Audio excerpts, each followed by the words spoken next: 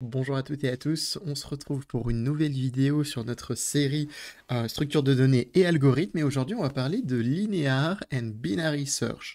Alors oui, encore une fois, on préfère les termes anglophones plutôt que ceux en français, puisque la documentation est en anglais, les livres sont en anglais, les ressources sont en anglais, bref, tout est en anglais, donc on va garder les noms en anglais, ce sera plus simple.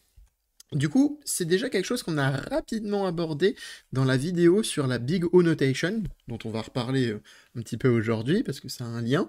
Mais je voulais réexplorer un petit peu les choses pour justement introduire un petit peu plus de concepts qu'on n'avait pas pu voir dans cette précédente vidéo. On va partir à partir d'un tableau, voilà, d'une liste. Le choix de cette structure de données qu'on avait aussi pu voir en vidéo il y a quelques temps de ça n'est pas anodin, bien entendu, mais j'en reparlerai à la fin de la vidéo. Donc on va avoir cette structure de données, ce tableau, avec des valeurs à l'intérieur. Et en fait, tout simplement, la linear search, c'est un algorithme très très simple, très basique, qui va nous dire que globalement, tant que notre itérateur, notre i, n'est pas égal à ce que je cherche, eh bien je continue d'avancer pour aller essayer de le chercher. Donc je vais avoir un petit curseur, c'est mon itérateur. En fonction de votre langage de programmation, ça peut prendre différentes formes, honnêtement, mais globalement c'est toujours à peu près la même chose. Et du coup, cet itérateur, eh ben, il va simplement se déplacer de case en case, et à chaque fois qu'on se déplace de case en case, on va regarder si c'est la valeur qu'on cherchait ou pas. Si c'est pas la valeur qu'on cherche, eh bien on continue d'avancer, globalement. Donc concept très simple, hein. On va aller jusqu'au bout de la liste, hein, s'il le faut, au pire des cas, pour pouvoir voir est-ce que c'est notre valeur ou pas. Du coup, la question qu'on avait déjà explorée donc, dans la précédente vidéo dont je vous parlais, sur la notation Big O, donc la notation des algorithmes. Hein, si vous ne savez pas ce que c'est, je vous invite à aller voir cette vidéo qui est sur la chaîne, qui fait partie de cette playlist sur les structures de données et algorithmes. Et bien, en fait, globalement, on peut se poser la question, du coup, quelle est cette notation?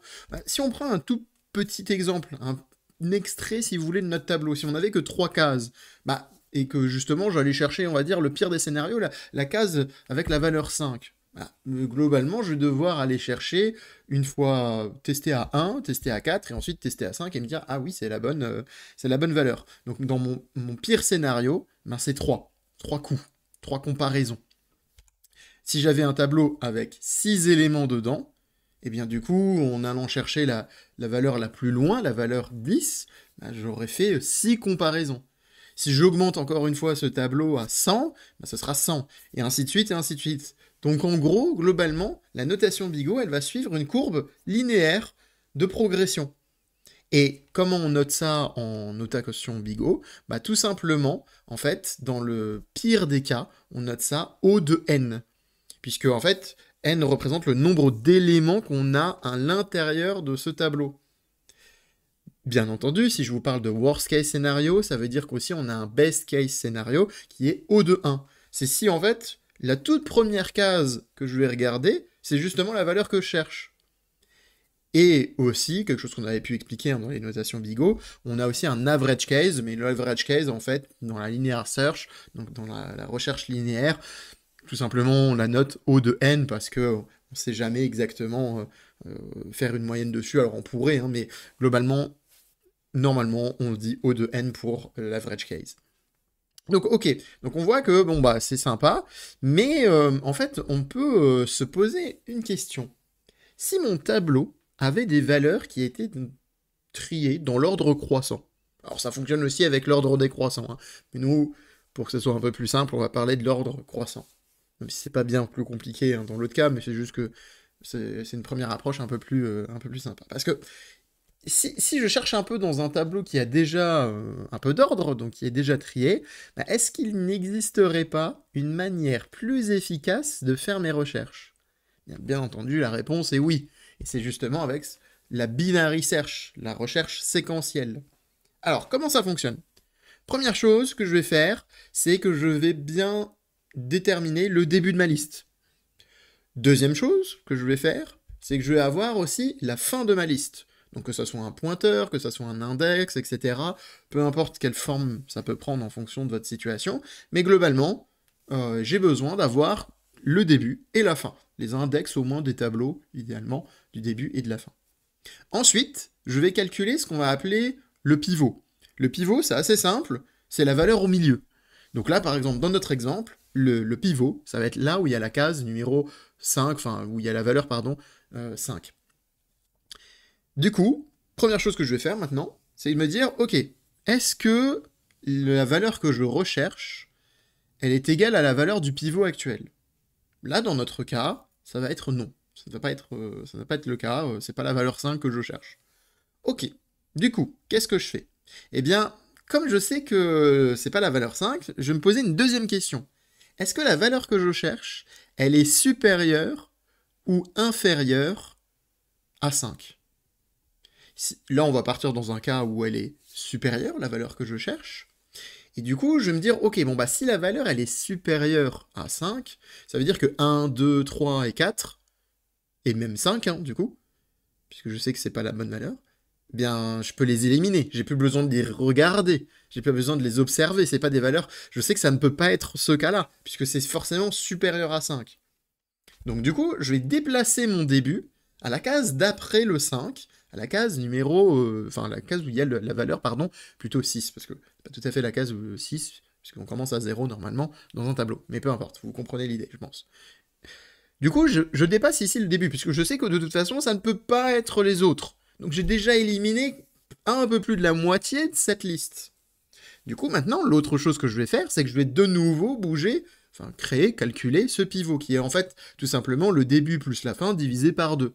Donc là, bon, on va arrondir, on va la mettre à la valeur 8. Sachez que c'est pas très important, hein, si j'avais mis à 7, si j'avais mis à 8, bon, effectivement, ça peut... si c'est la valeur que je cherche, c'est parfait, mais si c'était pas la valeur que je cherche, bon, bah, c'est pas très grave. Donc du coup, là, on a fait une seule comparaison, là, on est à notre deuxième comparaison. Est-ce que 8 est la valeur que je recherche? Eh bien, 8 n'est pas la valeur que je recherche, malheureusement. Donc du coup, qu'est-ce que je fais? Bah pareil, en fait, je vais déplacer de nouveau, en fait, je vais déjà me poser la question, tout simplement, est-ce que la valeur, elle est supérieure à 8 ou est-ce qu'elle est inférieure à 8? Là, dans mon cas, hein, dans ce scénario, on va dire qu'elle est inférieure à 8. Du coup, je vais bouger maintenant la fin. La fin, en fait, je sais que ça peut pas être 8, je sais que ça peut pas être au-dessus de 8, puisqu'on a dit que c'était inférieur à 8. Donc je sais que concrètement, ça peut être potentiellement 7, et ça peut être aussi potentiellement 6. De nouveau, du coup, je vais changer aussi la valeur de mon pivot. Alors là, que je prenne 6 ou 7, encore une fois, c'est pas très grave globalement. Mais je vais me poser encore une fois la question, est-ce que c'est la valeur que je cherche? Et là, bon, bah là, on va imaginer que c'était la valeur qu'on cherche. Donc oui, j'ai trouvé la valeur. La valeur, c'était bien 7. Ok, cool, parfait.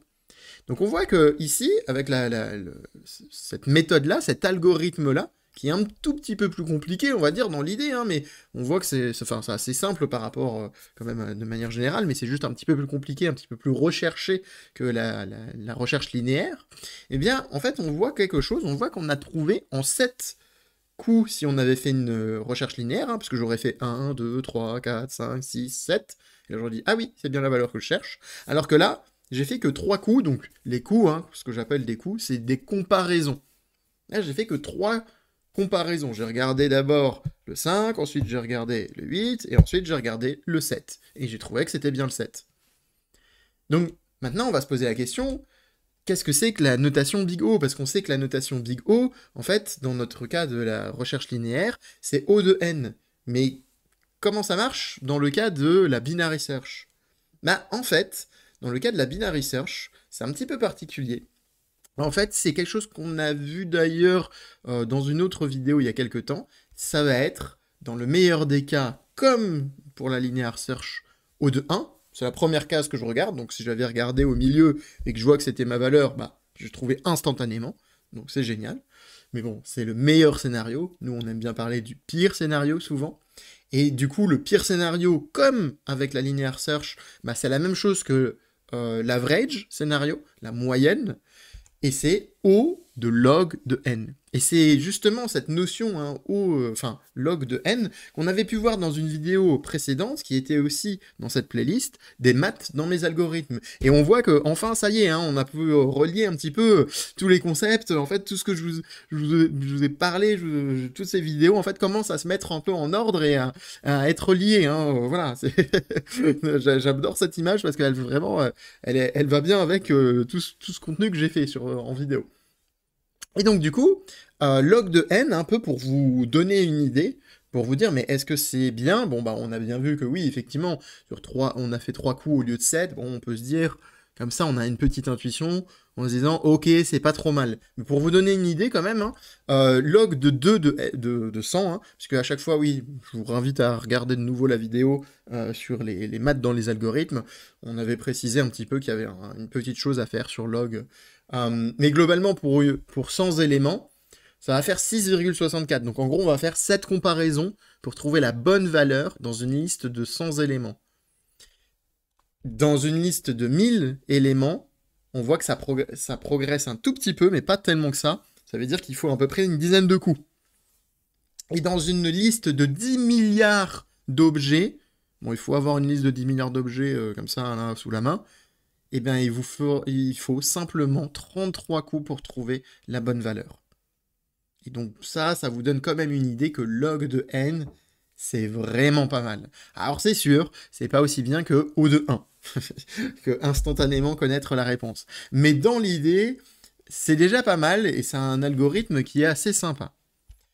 Et donc pour vous donner encore une fois une idée de la courbe, on voit qu'en fait c'est une courbe qui va progresser pas trop mal au début, mais après, chaque fois qu'on passe, donc on va de 5 à 10, de 10 à 15, de 15 à 20, etc., et bien en fait, on augmente, hein, effectivement, ça augmente un tout petit peu, mais vraiment un tout petit peu. Et c'est ça qui est super avec cette catégorie, on va dire, d'algorithme, enfin ce type d'algorithme, parce que la croissance, justement, elle n'est pas super importante. Et donc c'est souvent un résultat qu'on aimerait avoir dans tous nos algorithmes. Malheureusement, ce n'est pas forcément le cas. Parce que le choix que j'ai fait au tout début de cette vidéo, et je vous ai dit que je vous en reparlerai, c'est le moment, c'est qu'effectivement on était dans le cas d'un tableau. On n'est pas dans le cas d'une liste chaînée. Parce que dans le cas d'une liste chaînée, vous ne pouvez pas faire de binary search. D'où l'importance, encore une fois, de bien choisir sa structure de données quand on veut traiter ces données, faire des opérations dessus, etc. etc. Donc effectivement, dans une liste chaînée, on est un peu obligé de faire une recherche linéaire, globalement. Maintenant, le problème, c'est qu'il ne faut pas oublier que la binary search, même si c'est incroyable et que c'est super, en réalité, ça fonctionne très bien parce que tout était trié. Et c'est justement le nerf de la guerre de beaucoup des algorithmes. C'est que beaucoup d'algorithmes qu'on va voir là dans les prochaines vidéos, entre autres, eh bien, ça va être principalement axé sur réussir à trier nos données. Parce qu'une fois qu'on a trié nos données, eh bien, on sait que c'est bon, on a gagné, entre guillemets. On va pouvoir trouver des informations plus rapidement, plus facilement. Alors, ça ne veut pas dire qu'il faut toujours trier ces données, hein, mais globalement, dans beaucoup de problèmes d'algorithmie, dans beaucoup de problèmes que vous retrouverez sur LeetCode et autres, bah, souvent on nous demande en fait de trier des choses. Parce que c'est la première chose en fait à faire parfois. Et une fois que les choses sont triées, bah, on va pouvoir continuer à travailler dessus, faire des traitements dessus, etc., etc. Mais avec des algorithmes où on sait que ça fonctionne super bien, comme entre autres la binary search, donc la recherche séquentielle en français, même si vous voyez que je préfère énormément le terme en anglais. Donc ça va être un petit peu le cap aussi de nos prochaines vidéos. Pas qu'on ait fini avec avec tout ce qui est les structures de données, on en verra d'autres. Mais là, il faut commencer justement à voir un petit peu que on peut traiter des données, on peut commencer à faire du tri, des choses comme ça. Et ça va être un peu le nerf de la guerre de tout ce qu'on va faire par la suite. J'espère que cette vidéo vous a plu, n'hésitez pas à mettre un petit like, hein, si c'est le cas, à mettre un petit commentaire, ça m'aide toujours, à suivre la chaîne pour voir les prochaines. Je vous remercie encore une fois, et je vous dis à bientôt.